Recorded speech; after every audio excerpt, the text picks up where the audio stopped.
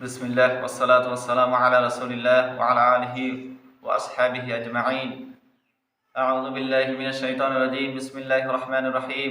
কুল হুয়াল্লাহু আহাদ, আল্লাহুস সামাদ, লাম ইয়ালিদ ওয়া লাম ইউলাদ ওয়া লাম ইয়াকুল লাহু কুফুওয়ান আহাদ। আল্লাহ সুবহানাহু ওয়া তাআলা কোরআনুল কারীমে অনেক সূরা নাযিল করেছেন, অর্থাৎ 114টি সূরা নাযিল করেছেন। তার মাঝখান থেকে 112 নম্বর সূরাটি হলো সূরাতুল ইখলাস।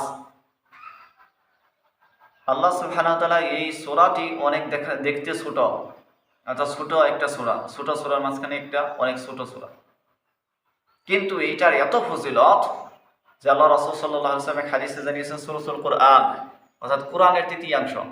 কেউ যদি একবার পড়ে কোরআনের 1/3 পড়ার সওয়াব পাবেন, সুবহানাল্লাহ।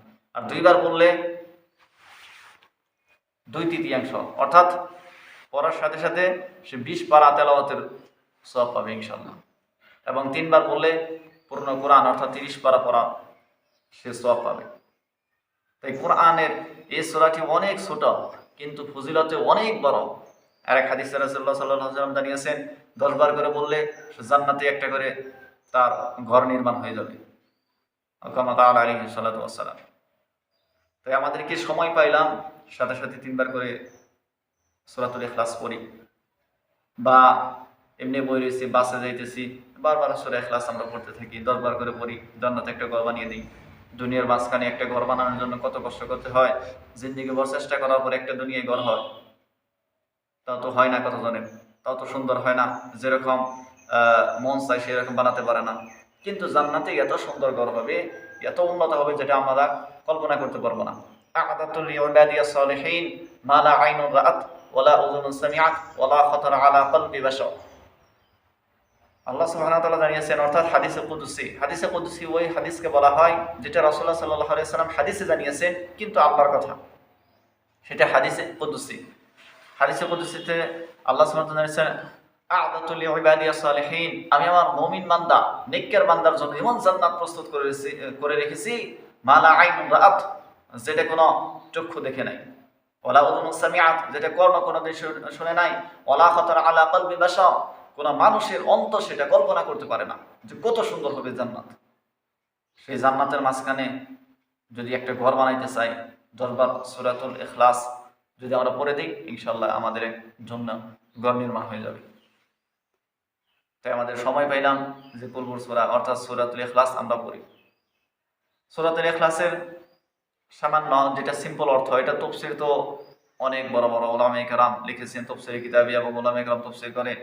এইটার মাঝখানে কত কথা আছে, আল্লাহর যেটা নাকি পরিচয়, মানে কুষ্টি পাথর দিয়ে বোঝা যায় যে এগুলো গুণ শুধু আল্লাহরই, অন্য কারণে যেগুলো গুণ শুধু আল্লাহরই। এই 4 থেকে 5টা যে গুণ আছে এখানে, 4টা নেই, সেই গুণ শুধু আল্লাহরই। এই গুণগুলো কোনো মানুষের নাই, অন্য কোনো জীবজন্তু বা অন্য কোনো কিছুর নেই এই গুণগুলো।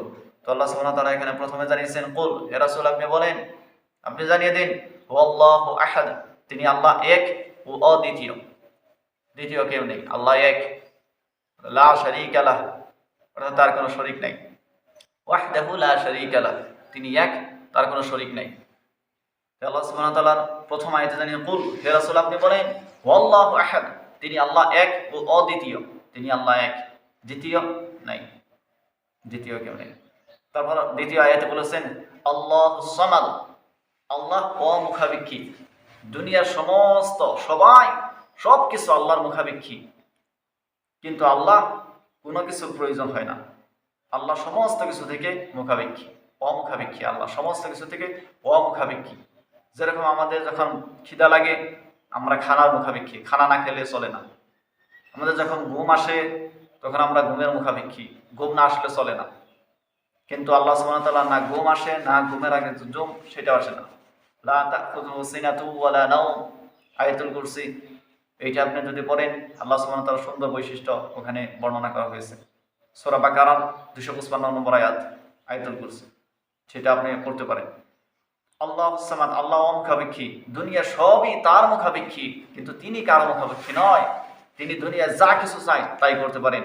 তার না ঘুমের দরকার হবে, না ঘুমের আগে যে ঘুম, না হয়রানি লাগবে, না পেরেশান লাগবে, কোনো কিছুই না। জিন্দিগি বলছে তিনি মওজুদ আছে, তিনি মওজুদ থাকবেন সব সময়। যখন কিছুই ছিল না তখন আল্লাহ ছিল, যখন আমরা বা কিছুই যদি নাও থাকে তথাপি আল্লাহ সুবহানাহু ওয়া তাআলা থাকবেন। তার পূর্ণ ক্ষমতা সহিত, তার ক্ষমতার মাঝখানে বিন্দু মাত্র না কমতি আসবে, সামান্য কমতিও আসবে না।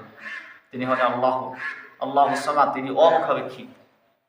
যেরকম আমাদের দুনিয়ার বুকে স্ত্রী সন্তানের প্রয়োজন হয়, কিন্তু আল্লাহ সুবহানাহু স্ত্রী সন্তান কিচ্ছুর প্রয়োজন হয় না, কোনো দরকার হয়। আমাদের মা বাবার দরকার হয়, মা বাবা ছাড়া আমরা দুনিয়া আসতে পারি না, মা বাবার মাধ্যমে আমরা দুনিয়া আসছি। কিন্তু আল্লাহ সুবহানাহু ওয়া তাআলা মা বাবার দরকার আছে না, মা বাবা আছে না, ছেলে সন্তান আছে, কিচ্ছুরই দরকারও নাই, কিচ্ছু নাই, এগুলো নাই। আল্লাহ সুবহানাহু ওয়া তাআলা অনাদি কাল থেকে আছেন।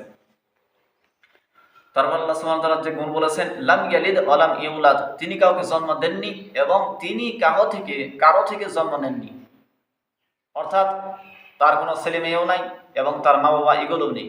যেরকম দুনিয়ার বুকে আমরা জানি যে আমরা সবাই সাধারণত মা বাবার দ্বারা দুনিয়ায় আসছি মাধ্যমে। দুনিয়ার বুকে আদম আলাইহিস সালাম মা বাবা বিহীন আল্লাহ সুবহানাহু ওয়া তাআলা তাকে বানিয়েছেন। আর ঈসা আলাইহিস সালাম পিতৃবিহীন, অর্থাৎ পিতা ছিল না, মা ছিল মারিয়াম আলাইহিস সালাম, তিনি।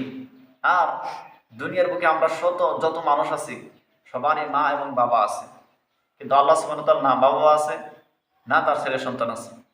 লাম ইয়ালিদ, তার কোনো শরীক নাই।